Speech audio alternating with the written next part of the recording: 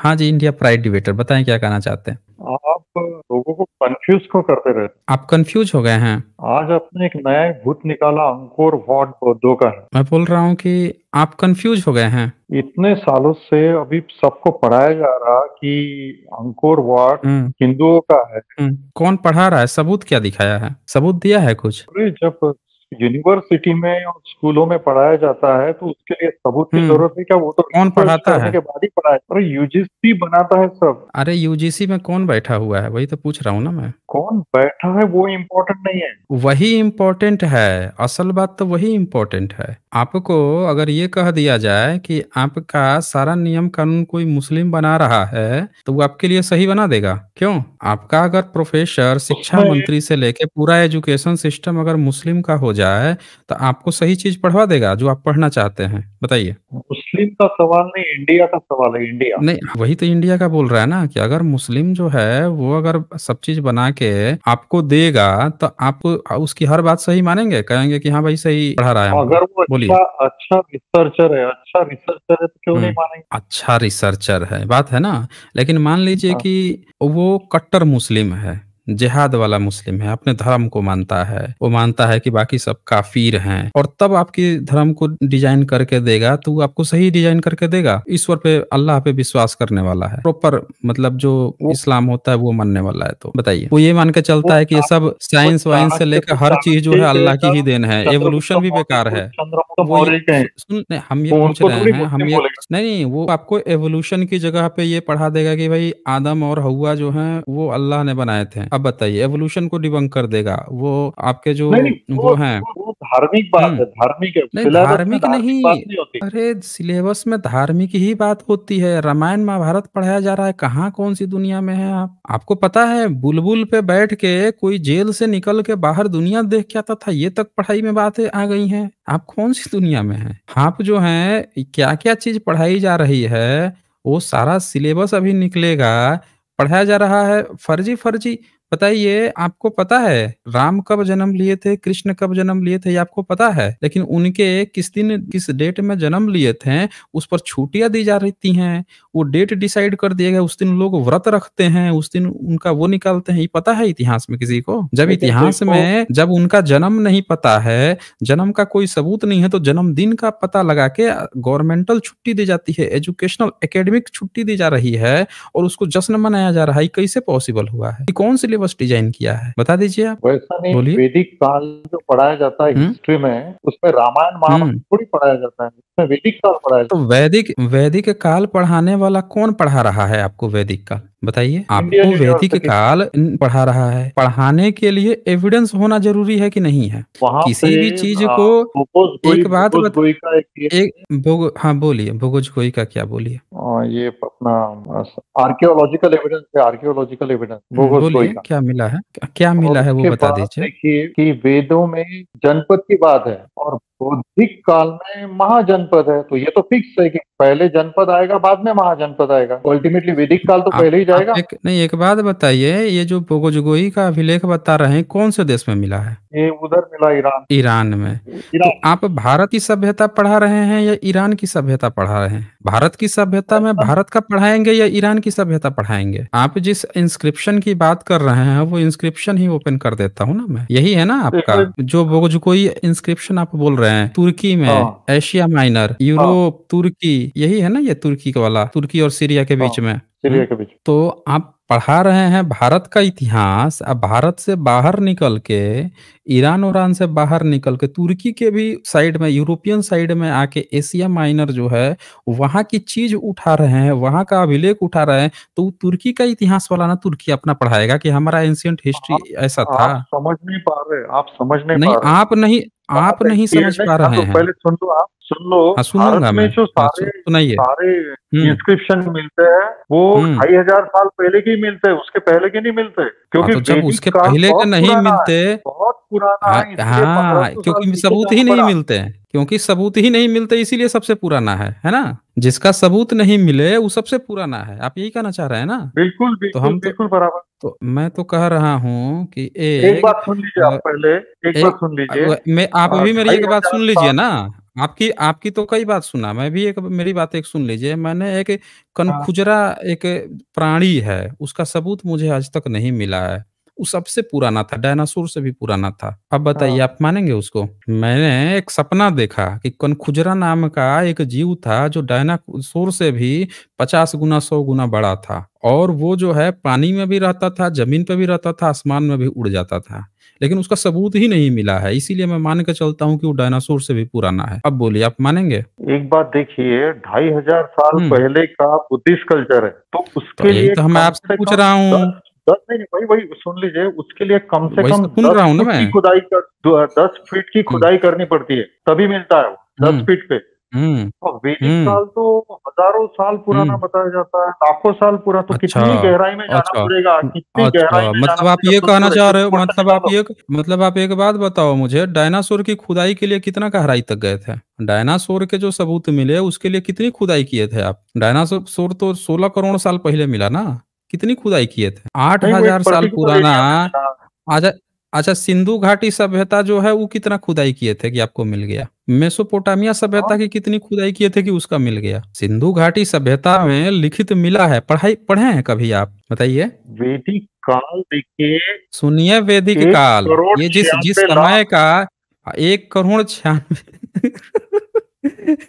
हाँ, बोलिए, बोलिए, बोलिए, बोलिए, 1 करोड़ इतना 96 लाख। इतना ग्रंथों में दिया है। अब मान लीजिए उतना नहीं होगा 1 करोड़, लेकिन 1 लाख तो हो हुँ। सकता है। नहीं, नहीं, जब 1 करोड़ 96 लाख लिखा ही हुआ है, उससे भी अधिक लिखा है, तो हम तो मान के चलते हैं कि उतने ही पुराना होगा। वैसे इसको लिखा किसने था? ऋषि मुनियों ने। ऋषि मुनि ने थोड़े लिखा था, सीधे कहिए कि आपके दयानंद सरस्वती ने लिखा था। हाँ, तो उतना मत दया मानिए ना, उतना मत नहीं, मानिए। हम मानेंगे ना, हम तो आपकी हर बात मानेंगे। एक बात बताइए, आपका धर्म कौन-सा है? कौन-सा धर्म जो है इतना पुराना है? आपके धर्म का नाम बताइए ज़रा पहले हमें। वैदिक वैदिक नाम है। आपके धर्म का नाम वैदिक है, तो किसी न किसी किताब में हाँ, तो आपने लिखा ही होगा कि भई आपका जो है धर्म का नाम वैदिक है। 4 वेदा 4 वेदा हुँ, 4 4 वेदा वेदा है, थे आपके? ऋग्वेदा, हाँ, हाँ। 4 वेदा थे। अच्छा, कौन-कौन से? नाम बता दीजिए। ऋग्वेदा, सामवेदा, यजुर्वेदा, अथर्ववेदा। अच्छा जी, बहुत खूबसूरत, बहुत बढ़िया। 4 वेद के आपने नाम भी बता दिए, चलिए हमने मान हाँ, लिया। अब एक बात बताइए हुँ। कि आपको ये 4 वेदा थे, ये पता कैसे चला कि ये 4 वेदा आपके थे? ये बताइए? अब उसकी परंपरा है, सब याद हुँ? करके नेक्स्ट जनरेशन को बताए जाते थे। अच्छा, आप याद करके नेक्स्ट को बताते थे।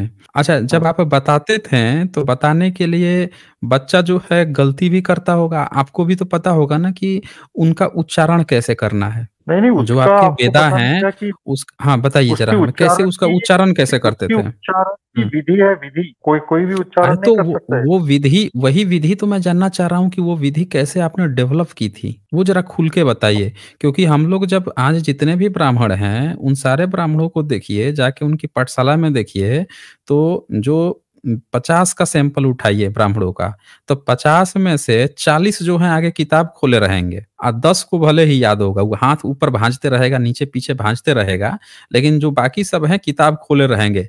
किताब खोल के आप पढ़-पढ़ के वैसे रट्टा मारते रहेंगे। तो उस समय जब आपकी किताब नहीं होती थी, लिपि नहीं थी, तो ये पहली बार किसने रचा कैसे? कैसे रचा? कहाँ पे स्टोर किया था? जैसे हम कहानी यहाँ पे कुछ लिखते हैं, कोई व्यक्ति एक कहानी बनाता है, लिखता है, तो पेज नंबर हुँ, 1 में स्टोर कर लिया, अगले दिन पेज नंबर 2 लिखता है, अगले दिन पेज नंबर 3 लिखता है। कभी-कभी ऐसा होता है कि कोई व्यक्ति जो है एक कथा जो है अपने बच्चे को आज सुनाता है। वही कथा अगले दिन जब बच्चा बोलता है कि फिर से पापा सुनाइए, तो फिर से सुनाता है, लेकिन उसमें थोड़ा बहुत अंतर आ जाता है। कहानी अगर बड़ी हुई, पूरे दिन कई दिन चलने वाली है, तब तो पक्का ही अंतर आ जाएगा। ये तो सारे साइंटिस्टों ने प्रूफ कर दिया कि एक ही व्यक्ति जो है एक ही कहानी को अगर रोज़ किसी दूसरे से सुनाया जाए, लंबी कहानी रहेगी, तो वो भूल जाता है, और वो किसी दूसरे को सुना दे या दूसरा तीसरे को सुनाए, और इसी तरह से 4-5 में जब जाएगा तो पांचवें वाले की कहानी ही बिल्कुल बदल चुकी होगी। ये तो सारे साइंटिस्टों ने साबित कर दिया कि ओरल ट्रेडिशन पॉसिबल ही नहीं है। इसीलिए मैं पूछता आप हूँ, समझ अगर नहीं पाए पहला उसको, आप व्यक्ति, समझ नहीं सुनिए, पाए। अगर पहला व्यक्ति जब भी जिस चीज की रचना करेगा, जो भी रचना करेगा, तो उसके पास एग्जैक्ट व्याकरण होना चाहिए, एग्जैक्ट स्वर होना चाहिए, एग्जैक्ट व्यंजन होना चाहिए, और वो व्यंजन स्वर जो है वो अपने बच्चे को भी पहचान करवा सके कि बेटा ये छ है, ये क्षत्रिय वाला छ है, ये छतरी वाला छ है, अंतर करा सके। उसके पास इस बात का होना चाहिए कि इ त है, इ त्र है, इ ट है। इन तीनों उच्चारण जो है किन-किन व्यंजनों के कारण ये अलग आता है, कौन-सा तवर्ग है, कौन टवर्ग है। वो व्याकरण, स्वर, व्यंजन क्लियर ही होने चाहिए, एग्जैक्ट अवेलेबल होने चाहिए, तब जाके आप उस बच्चे को सेम टू सेम उच्चारण प्रोसीड करा सकते हो। तो हमें आप कहानी मत सुनाइए कि आप पीढ़ी दर पीढ़ी ढो के लाए हैं। आप ये बताइए कि आपने व्याकरण कब डेवलप किया? स्वर, व्यंजन ये जितने आपने इस्तेमाल किए हैं वेद में, वो सब कब डेवलप किए? क्योंकि ये सारी चीज़ें डेवलप कर लेंगे, तब जाके अब आप वेद की रचना करेंगे, तब आप उसको लिपिबद्ध करेंगे तब कोई बच्चा उसको पढ़ के रोज़ रट्टा मारेगा। समझ रहे हैं ना? तब जाके रट्टा मारेगा। ये प्रज्ञावंत नमाज़ बच्चे में थे जो एक सुनिए, पाठी थे। कुरान भी नमाज़ में तब लोग याद कर पाते हैं। बहुत सारे लोगों को अरबी पढ़ने नहीं आती, अरबी लिखने नहीं आती, लेकिन रट लेते हैं। लेकिन इसका मतलब ये थोड़े होता है कि हर व्यक्ति ऐसे ही किया है। कहीं न कहीं जगह कुरान को लिख लिया जाता है, लिखा रहता है। एक व्यक्ति ज़रूर होता है जिसके पास लिखित रहता है, वो देख के उसको सही करवाता है कि देखो ये चीज़ यहाँ गलत कर रहे हो, चाहे इस चीज़ सही होना चाहिए। तो आपकी मूल कॉपी जो ऋग्वेद की थी, वो कहीं न कहीं किसी के पास लिपिबद्ध होनी चाहिए। ऐसा पॉसिबल ही नहीं है, वो हमेशा ही रॉन्ग हो जाएगा। और एक बात और, कब से आप पीढ़ी दर देखो पीढ़ी ढो के इसका ला रहे हैं? पीढ़ी आप दर थोड़ा पीढ़ी सुन कब से लीजिए, ढो के ला रहे हैं? आप थोड़ा सुन लीजिए। बताइए। हम सुनेंगे, लेकिन ये बताइए कि पीढ़ी हमारे दर पीढ़ी कब से ढो के ला रहे ये हैं? सब ओरल था, क्योंकि कब स्वामी से? विवेकानंद ने भी लिखा था कब कि से? इसकी प्रतियां नहीं मिली थी, क्योंकि वो ओरल था। हम्म। अलग-अलग जगह पे एक पर्सन नहीं याद रखता था। एक आप तो पार्ट कह एक रहे थे पर्सन कि याद रखेगा, दूसरा पर्सन याद रखेगा। हाँ, अरे भाई, तो यही तो मैं भी आपसे पूछ रहा हूँ कि हाँ, कब से? इसीलिए तो उसका आर्कियोलॉजिकल एविडेंस नहीं है ना, इसीलिए नहीं बता सकते कब से है। इसीलिए तो पूछ रहा हूँ कि कब से ढो के ला रहे थे? आर्कियोलॉजिकल एविडेंस सुनिए उसका मिलता है जो कभी हो, जो कभी होगा ही नहीं उसका क्या मिलेगा? डायनासोर था, वो पीढ़ी दर पीढ़ी गपोड़ के लाता था कि नहीं लाता था, लेकिन डायनासोर था इसका एविडेंस मिल गया। आप वेद पीढ़ी दर पीढ़ी गपोड़ के लाए हैं कि नहीं लाए हैं इससे नहीं मतलब है। अगर वेद होगा तो आर्कियोलॉजिकल एविडेंस मिल जाएगा। जैसे बुद्धिज्म के त्रिपिटक जो है, उनकी किताबें सम्राट अशोक के जो अभिलेख हैं, 7 किताबों के नाम मिल गए उसमें। ईसा की पहली सदी में श्रीलंका में लिखित रूप में मिल गए, कई देशों में लिपिबद्ध कर लिया। तो जिनके हैं उनके मिल गए।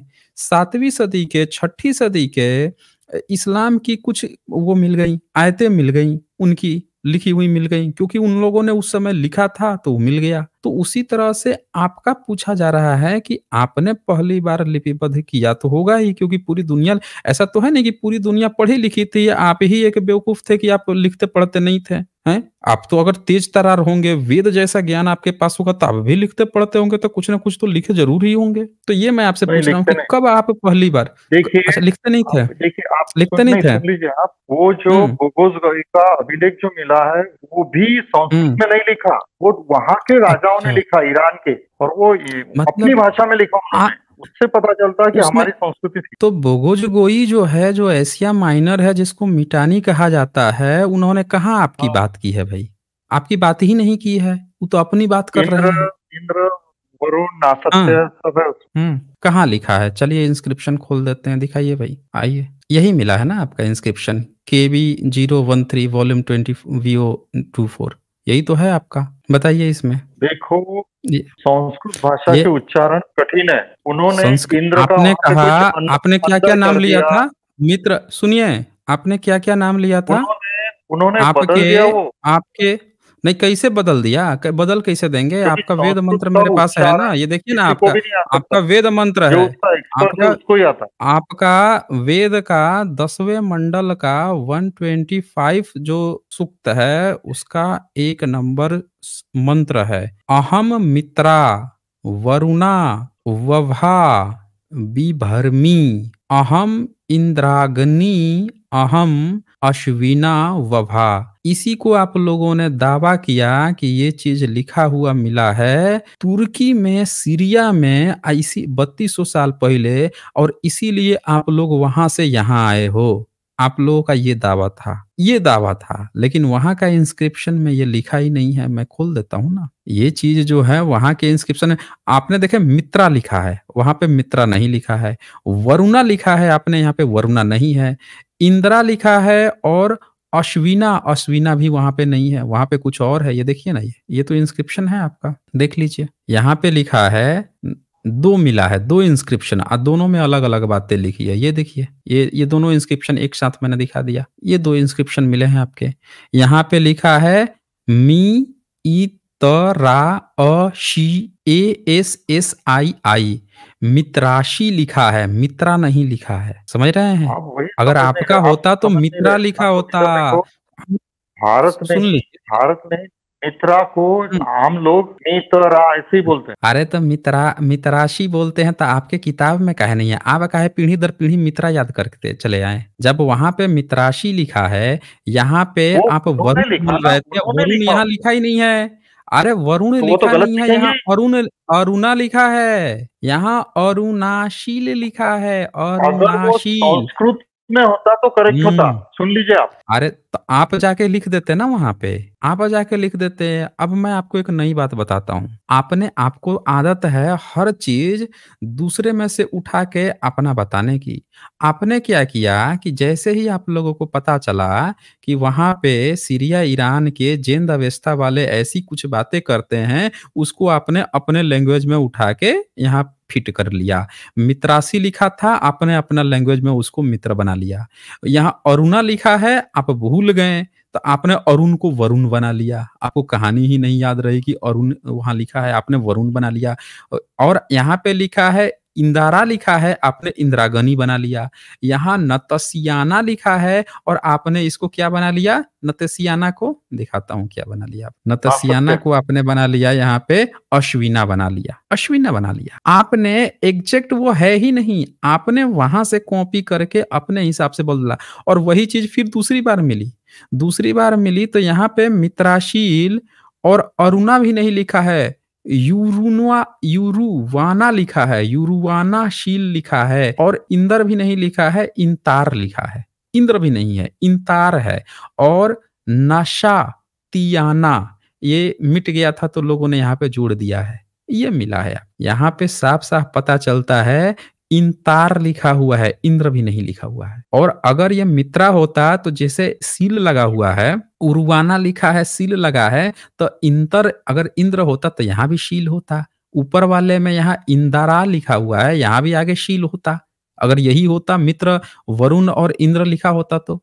यहाँ नतसियाना नहीं लिखा होता, यहाँ भी नतशीशील लिखा होता। तो आप लोगों का काम क्या है कि माई का लाल जय किशन बनाने की आदत है ना माइकल के जैक्सन को। आप लोग माइकल जैक्सन को क्या कहते हो? माई का लाल जय किशन। ताजमहल को क्या कहते हो? तेजो महल। आप लोगों की आदत बन गई है किसी भी चीज को तोड़ मरोड़ के अपना बना लेने की। इससे साबित नहीं होता कुछ भी। और एक बात और, इससे तो तब भी नहीं साबित हुआ कि आप भारत में थे उस समय। आपका क्या सबूत मिला?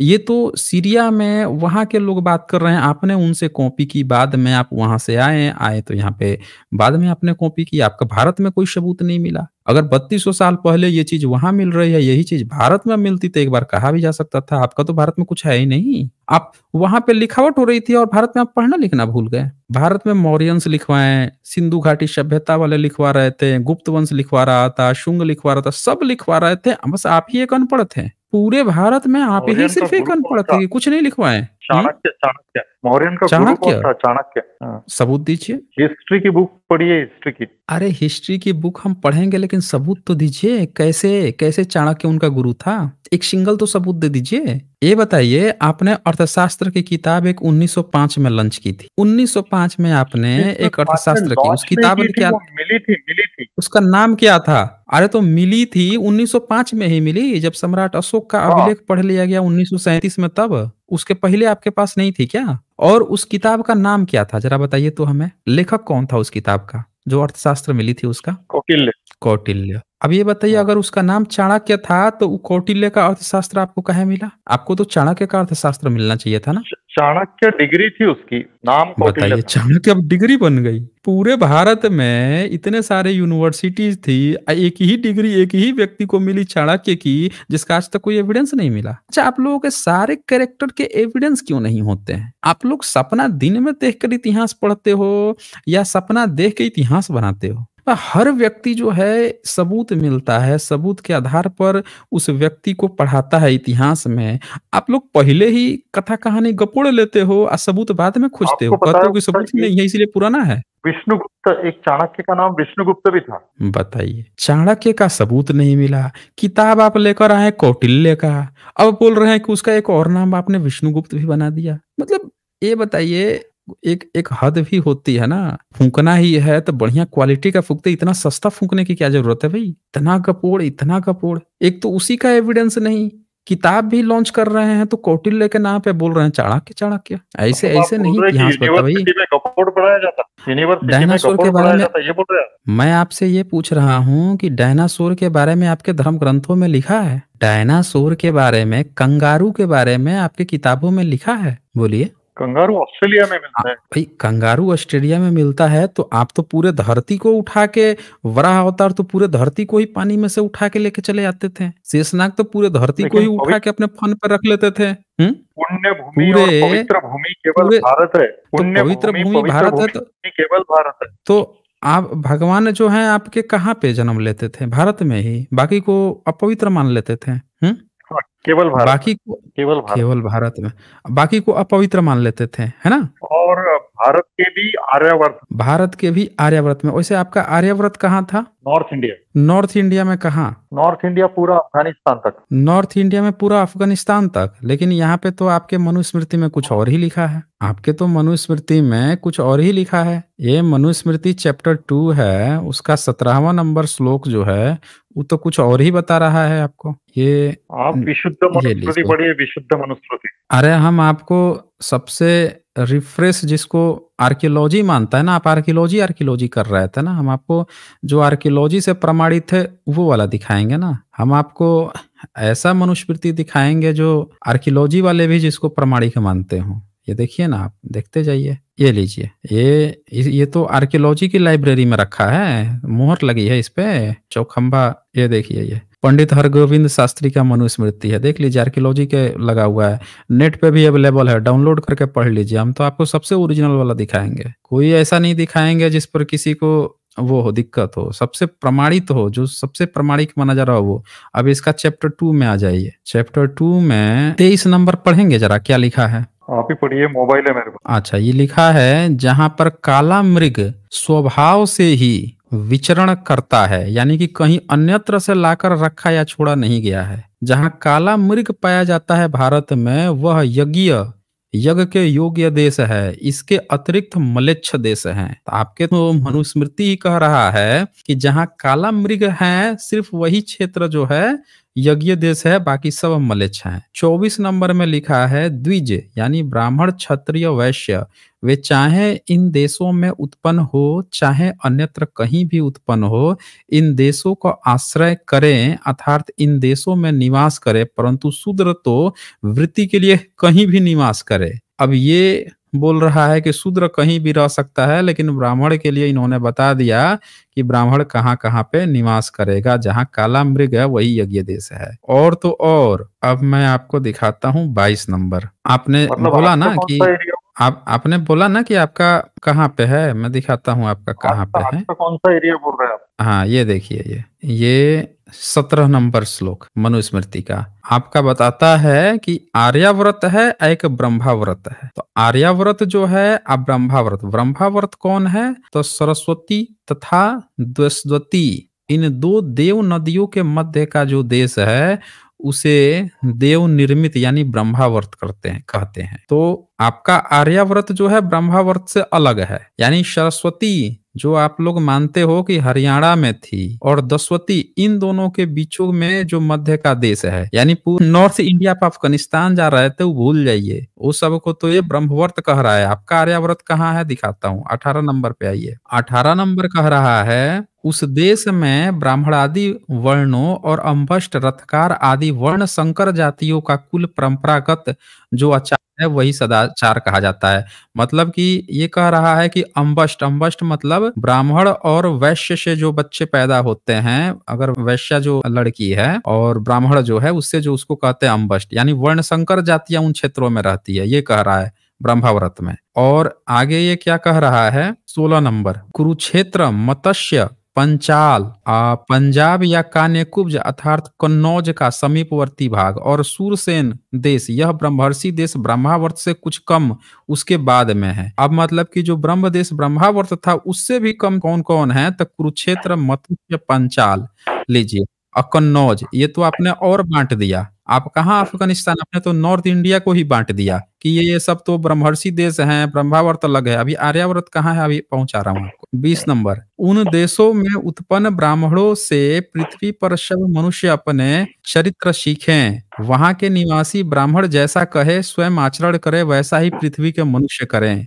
और सुनिए 21 नंबर, इसमें आपने कहा उत्तर दक्षिण भाग से क्रमशः हिमालय और विंध्याचल के बीच, हिमालय पर्वत और विंध्याचल के बीच, और आपने काट दिया हरियाणा पंजाब को पूरा काट दिया, उधर के नॉर्थ को काट दिया, और आपने फिर क्या लिखा विंशन और सरस्वती नदी के अंतर्धान होने के क्षेत्र कुरुक्षेत्र, यानी कि जो राजस्थान तक जाता है सरस्वती नदी उधर को भी छांट दिया आपने, ये पूर्व, और प्रयाग से पश्चिम के देश को मध्य देश कहा जाता है। देखिए आपने मध्य देश भी बना लिया। अब आइए अभी आर्यावर्त, अभी अब आएगा 22 नंबर, पूर्व समुद्र तथा पश्चिम समुद्र और उन्हीं दोनों पर्वतों के मध्य स्थित देश को पंडित लोग आर्यावर्त कहते हैं। अब आपका आर्यावर्त आया, तो आपने नॉर्थ इंडिया को बांट दिया ब्रह्म देश में, ब्रह्मावर्त में और ब्रह्मर्षि देश में, तब आपका आर्यावर्त आया। हिमाचल और विंध्याचल के बीच में एक छोटा सा हिस्सा आया,